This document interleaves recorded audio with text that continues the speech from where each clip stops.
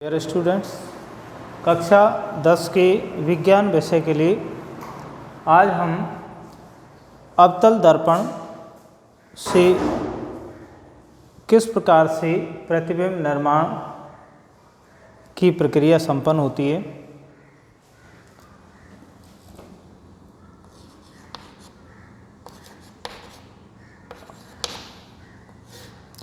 अवतल दर्पण से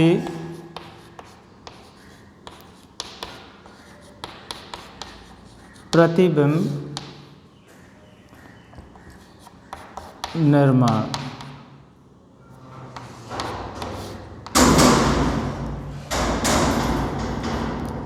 देखिए, अवतल दर्पण में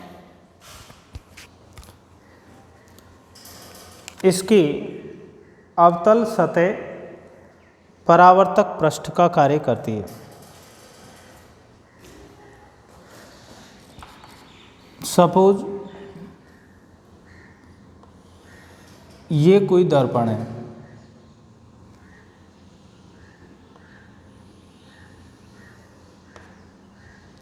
इस गोलीय दर्पण के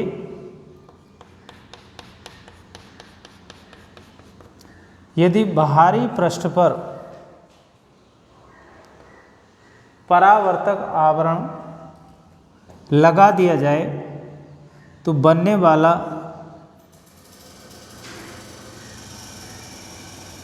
दर्पण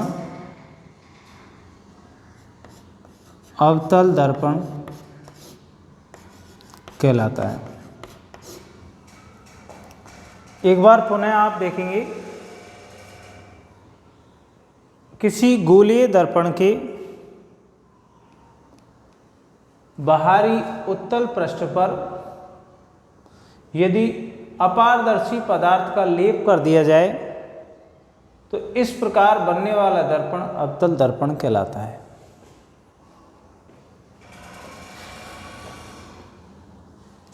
एक बार दोबारा देखें पुनः, यदि किसी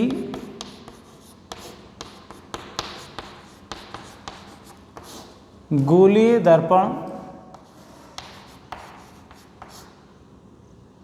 के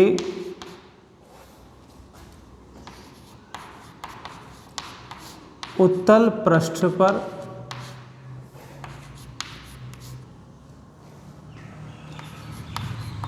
परावर्तक आवरण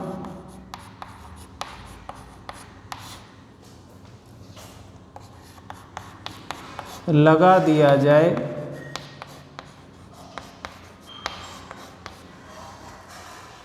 तो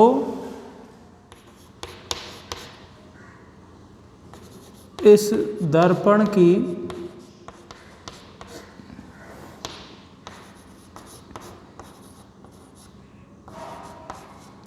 अवतल सतह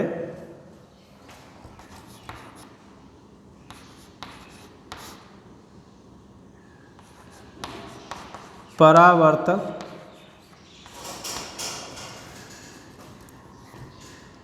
पृष्ठ का कार्य करती है।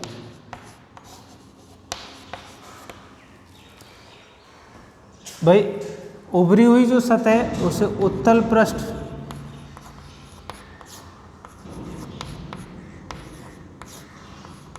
और जो गड्ढे नुमा सतह है उसको परावर्तक या कह सकते हैं अवतल पृष्ठ। अब परावर्तक पृष्ठ क्यों कह रहे हैं? क्योंकि इससे टकरा करके प्रकाश की किरणें पुनः इधर ही आएंगी। तो अवतल दर्पण में जैसे ही प्रकाश की किरणें किसी प्रकाश स्रोत से आती हैं तो टकरा के एक स्थान पर एकत्रित हो जाती है। इसलिए अवतल दर्पण को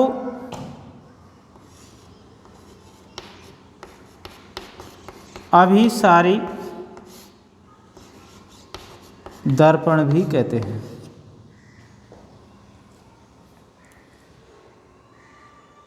दूसरी बात है, अवतल दर्पण से बनने वाले प्रतिबिंब वास्तविक और उल्टे बनते हैं। अवतल दर्पण से बनने वाले प्रतिबिंबों को पर्दे पर प्राप्त किया जा सकता है।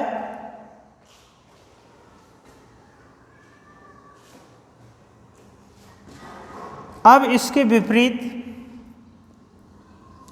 हम उत्तल दर्पण के बारे में आपको बताते हैं।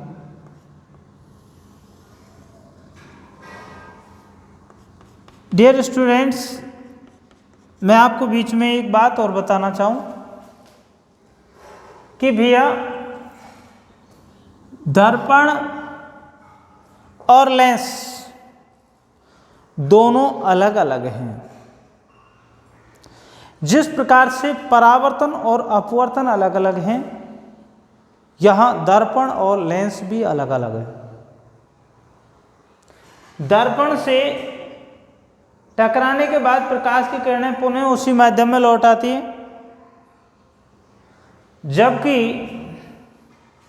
लेंस में प्रकाश की किरणें एक माध्यम से दूसरे माध्यम में प्रवेश करती हैं। परावर्तन की घटना परावर्तक पृष्ठ पर निर्भर करती है, जबकि अपवर्तन की घटना माध्यम पर निर्भर करती है कि माध्यम सघन है या विरल है। तो माध्यम सघन है या विरल है, उसमें प्रकाश की किरणों का वेग किस प्रकार होगा, इस पर निर्भर करता है।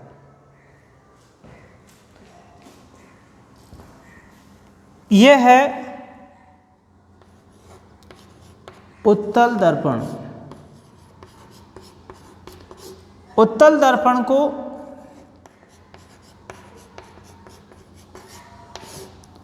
अपसारी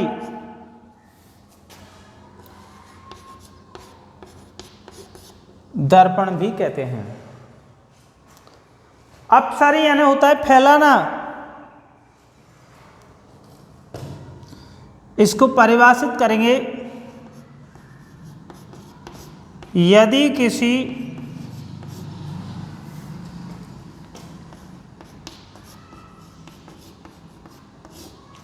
गोलीय दर्पण के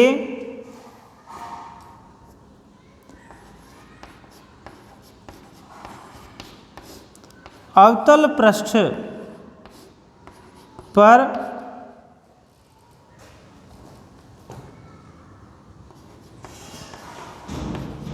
परावर्तक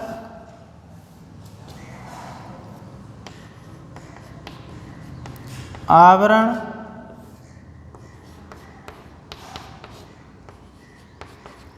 लगा दिया जाए, यदि किसी गोलीय दर्पण के अवतल पृष्ठ पर परावर्तक आवरण लगा दिया जाए तो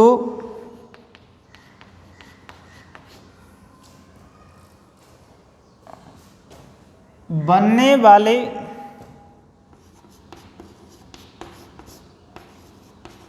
दर्पण की उत्तल सतह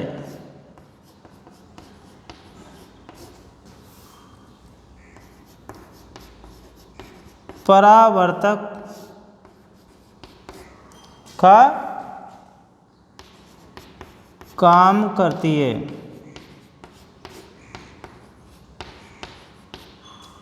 अतः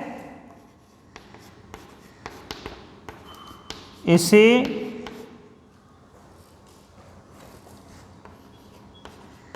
उत्तल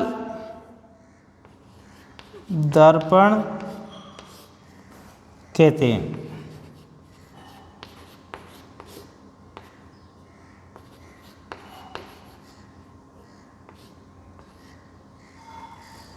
महत्वपूर्ण जानने योग्य बात यही है, इसको अभिसारी दर्पण कहते हैं, इसको अपसारी दर्पण कहते हैं, क्योंकि अवतल दर्पण प्रकाश की किरणों को एक ही स्थान पर फोकस करता है और उत्तल दर्पण फैलाने का काम करता है।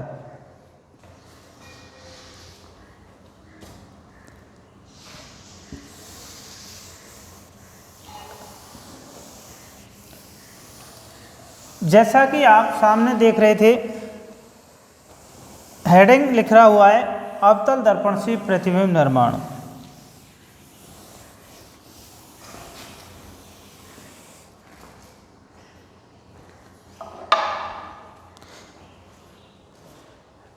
किसी भी दर्पण से प्रतिबिंब निर्माण के लिए दो प्रकाश की किरणों का आपस में प्रतिच्छेदित करना अति आवश्यक है। जहां भी प्रकाश की किरणें एक दूसरे को प्रतिच्छेदित करेंगी, वहीं पर उस वस्तु से आने वाली या वस्तु से टकरा के आने वाली प्रकाश की किरणें उस स्थान पर प्रतिबिंब का निर्माण करेंगी। तो गोलीय दर्पण से प्रतिबिंब निर्माण के समय हम ये देखते हैं कि प्रकाश की किरणों का आगमन किस दिशा से होगा। उससे पहले जैसा कि हम आपको कल बता रहे थे, महत्वपूर्ण कुछ शब्दावलियाँ, उनको एक बार हम रिपीट करते हैं ताकि आपको कुछ दोबारा से समझ में आए, क्योंकि कल कुछ अधूरी रह गई थी।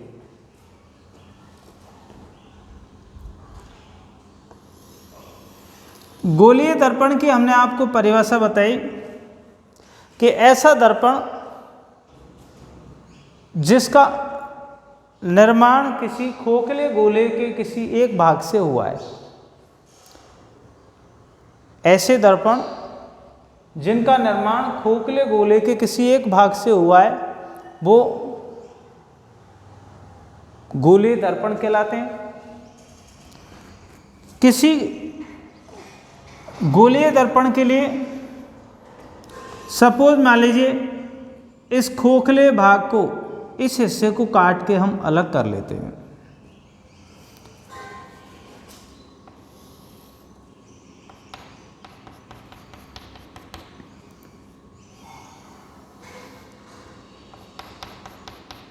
अब ये हमने मान लीजिए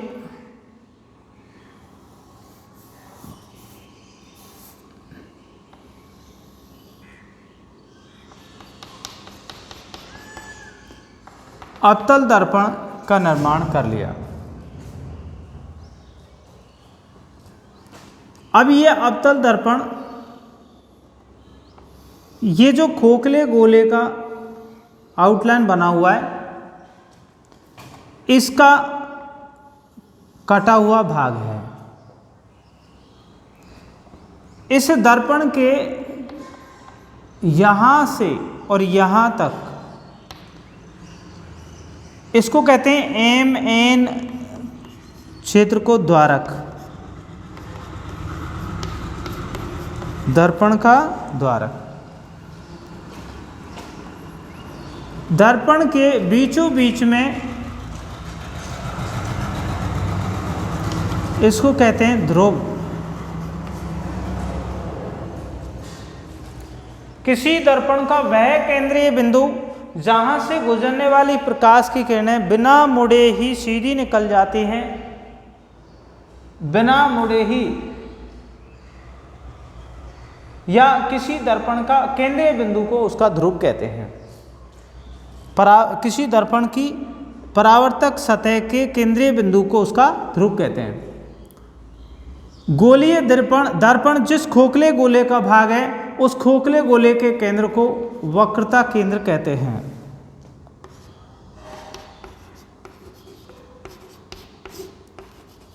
वक्रता केंद्र कहते हैं।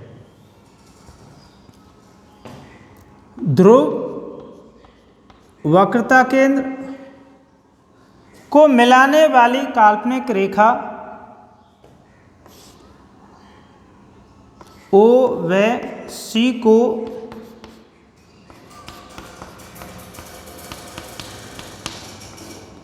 मिलाने वाली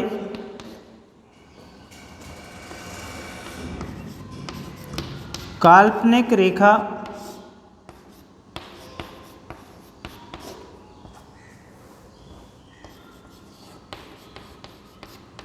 मुख्य अक्ष कहलाती है।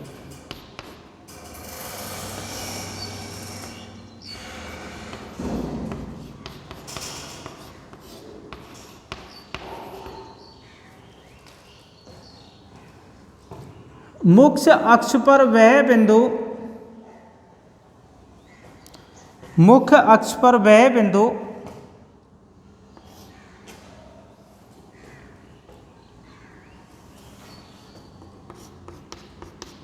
इसको कहते हैं फोकस बिंदु।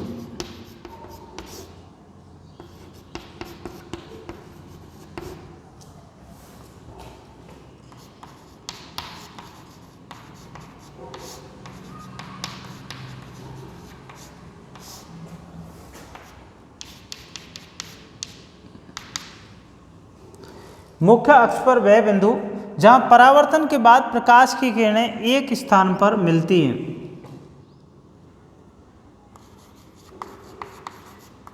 मुख्य अक्ष पर वह बिंदु जहां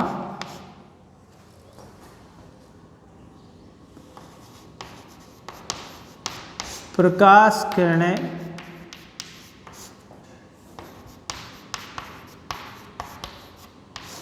परावर्तन के बाद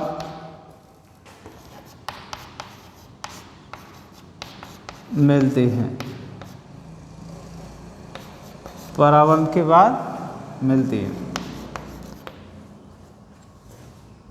इसे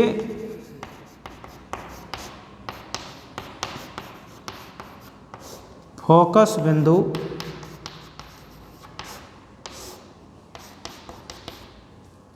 कहते हैं।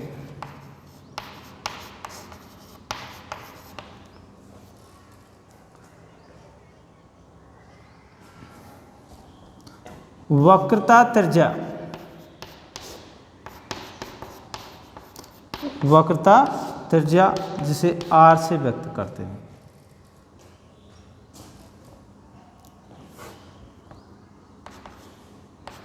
ध्रुव व वक्रता केंद्र के मध्य की दूरी, ध्रुव व वक्रता केंद्र के मध्य की दूरी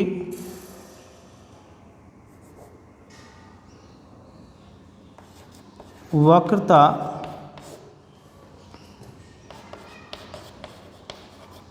त्रिज्या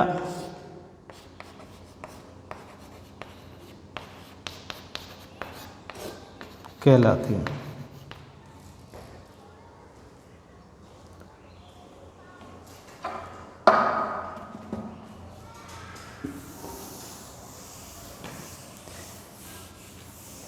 इन्हीं पारिभाषिक शब्दावलियों के साथ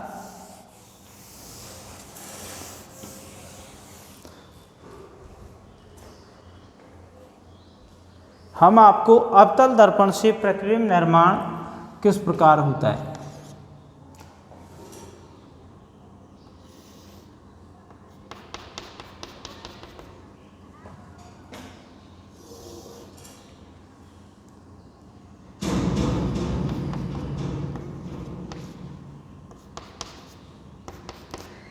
आपको जो सामने चित्र दिखाई दे रहा है ये किसी अवतल दर्पण का चित्र है।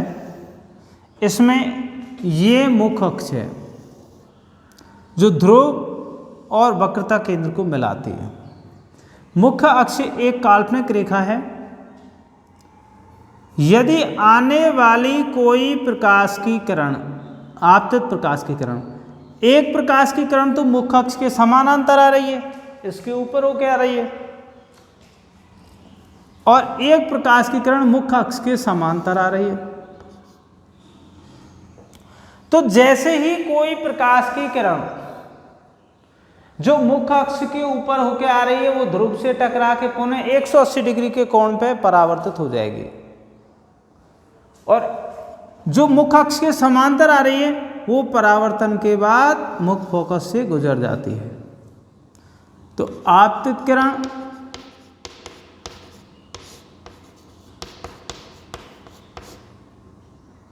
और ये परावर्तित किरण,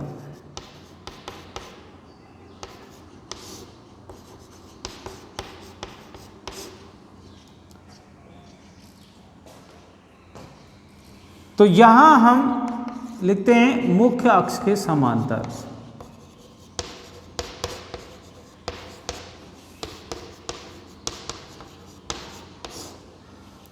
नंबर 2 है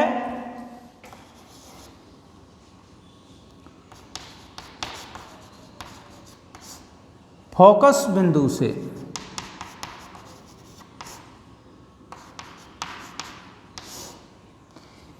जब कोई आपतित प्रकाश की किरण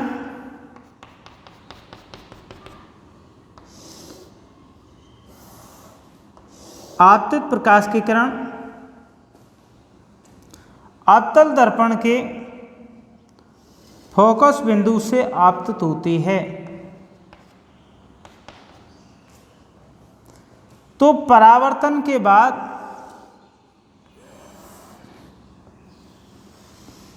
मुख्य अक्ष के समांतर परावर्तित हो जाती है। भाई जो प्रकाश किरण मुख्य अक्ष के समानांतर आई हुई वो फोकस बिंदु से निकल जाएगी, और जो फोकस बिंदु से आ रही है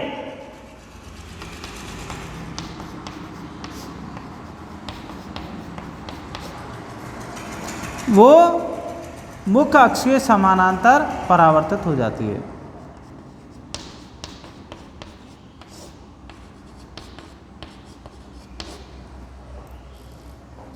नंबर 3 वक्रता केंद्र से। वक्रता केंद्र से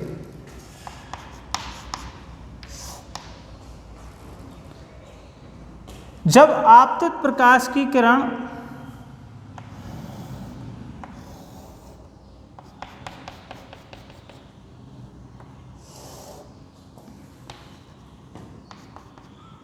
अवतल दर्पण के वक्रता केंद्र से आपतित होती है तो परावर्तन के बाद पुनः वक्रता केंद्र से गुजर जाती है। भाई मुख्य फोकस से आने वाली मुख्य अक्ष से समानांतर चलेगी, लेकिन वक्रता केंद्र से आने वाली प्रकाश का पुनः 180 डिग्री के कोण पर परावर्तित हो जाती है। नेक्स्ट है तिर्यक दिशा से